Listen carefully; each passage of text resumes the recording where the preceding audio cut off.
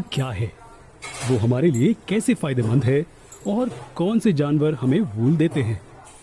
चलिए देखते हैं कि जानवरों को कैसे पाला जाता है और उनसे वूल कैसे प्राप्त किया जाता है।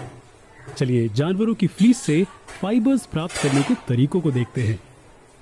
चलिए इस पूरे प्रोसेस को समझने के लिए भेड़ को रेफरेंस एनिमल लेते हैं।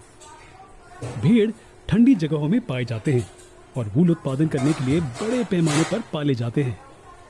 ये जानवर हर्बीवोर्स होते हैं, यानी कि ये सिर्फ प्लांट्स खाते हैं। अब ये वूल इन जानवरों से कैसे ली जाती है? सोचिए कि हमें बालों की एक विग बनानी है। इसके लिए हमें बालों को काटकर उनके सैंपल्स इकट्ठा करने होंगे और फिर उन बालों को और आगे प्रोसेस करना होगा। उसी तरह फ्लीस जानवरों के शरीर से शेव करके लिया जाता है और इसे आगे प्रोसेस किया जाता है। ये समझने के लिए कि एनिमल फ्लीस से फाइबर्स कैसे प्राप्त किए जाते हैं, हमें इन 6 सरल स्टेप्स को याद रखना होगा। वो हैं sharing, scouring, sorting, separating, dying और स्ट्रेटनिंग। चलिए पहले स्टेप से शुरू करते हैं, जो शेयरिंग है।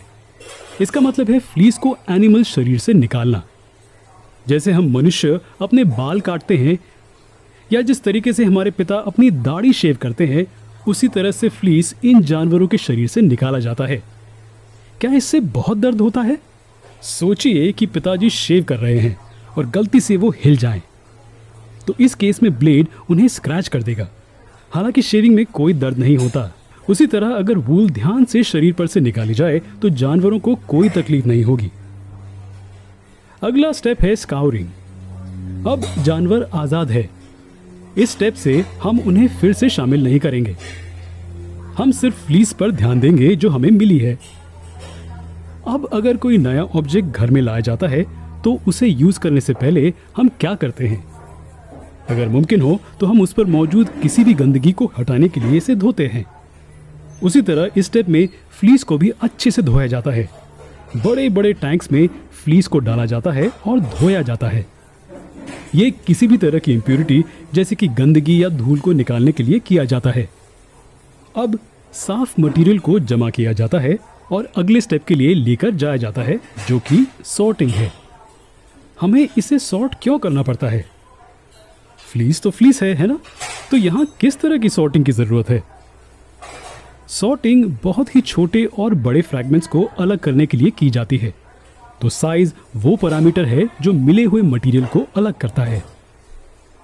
अब ये मटेरियल तैयार है फैक्ट्री जाने के लिए, जहां इसे आगे प्रोसेस किया जाएगा। जैसे ही ये फैक्ट्री पहुंच जाता है, मटेरियल्स को पहले बर्ड्स से अलग कर लिया जाता है। बर्ड्स क्या है? ये और कुछ नहीं लेकिन बहुत ही छोटे सूखे हुए सीड जैसे स्ट्रक्चर्स हैं जो वूल से चिपके होते हैं। आमतौर पर सूखे फल या सीड जैसे स्ट्रक्चर्स जानवरों के स्किन पर चिपके होते हैं।